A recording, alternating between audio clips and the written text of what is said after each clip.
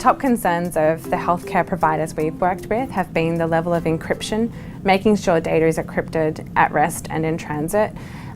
Where is the data stored, and is that hosting secure?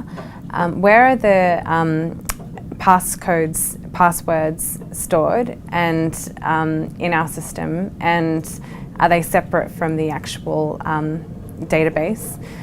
As well as generic password and passcode protection of all of the devices, verification that a user is actually a user. So is a practitioner going to be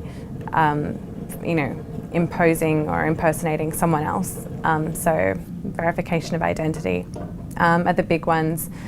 And then there are nuances depending on the specific technology and the legislation there. For example, around parental consent, is that a requirement or not?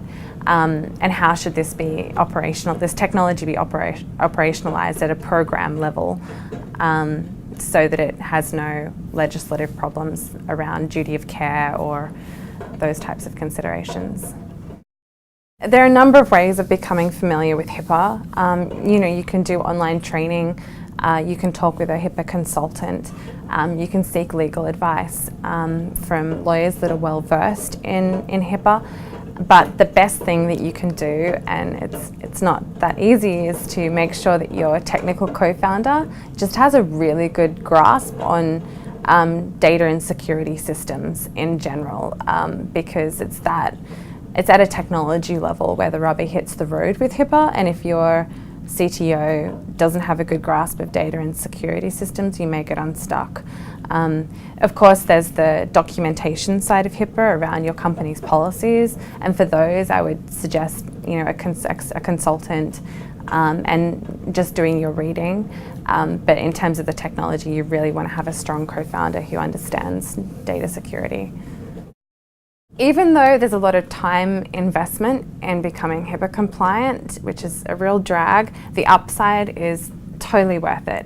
So this has been a big distinguishing factor between us and our competition and any fast followers, is that clinicians and patients can put their trust in us, but it's also won us business. So there have been go, no-go points with some of our larger customers, where we have proceeded because we met those requirements, and other companies, not directly in competition with us, but who were vying for the same business, have fallen by the wayside and did not pass that checkpoint.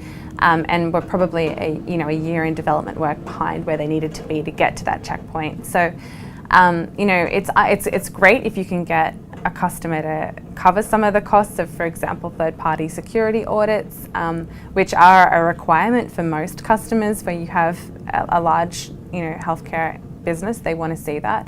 But the reality is you're going to have to foot the bill and the time for the actual HIPAA compliance of your technology. So just do it.